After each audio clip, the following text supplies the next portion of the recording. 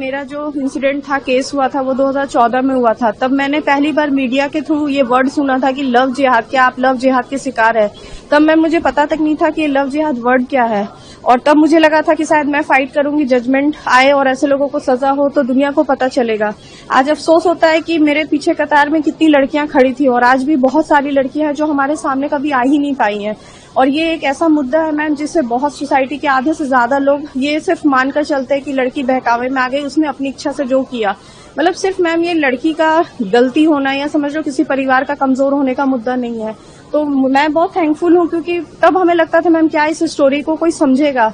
आज अगर कोई इंसान, मुझे सच बताइए उतना पता भी नहीं है कि कौन है ये लोग, बस मुझे इतना पता है कि उन्होंने सोसाइटी को एक ऐसा मुद्दा सामने ला कर दिया जिसके लिए हम आज 10-11 साल से स्ट्रगल कर रहे हैं। कोर्ट में आप जाओ, कई केसेस हैं जो इस टॉपिक पर है। तो उस मुद्दे को अगर हम सोसाइटी को दिखा रहे हैं तो मुझे नहीं लगता है कोई क्रुएलिटी या नॉनसेंस है।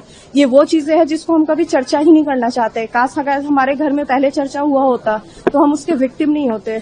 तो मुझे लगता है ये केरला स्टोरी जैसी स्टोरी हमें आईज ओपनिंग होती है।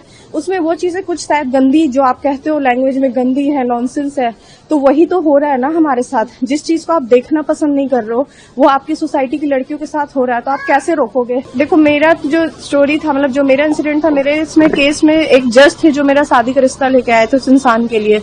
तो मेरा स्टोरी अलग ही था मैम। मैं ऐसा नहीं था कि कोई प्यार में अंधी थी। परिवार वालों ने जांच पड़ताल की तो उसके दोस्त जो थे वो हिंदू थे, डीएसपी थे रैंक के, मतलब एडवोकेट जनरल उनके फ्रेंड थे। तो एक बहुत ही कहते हैं ना सर रिप्यूटेड सा उन्होंने अपने आप को सिनेरियो में दिखाया।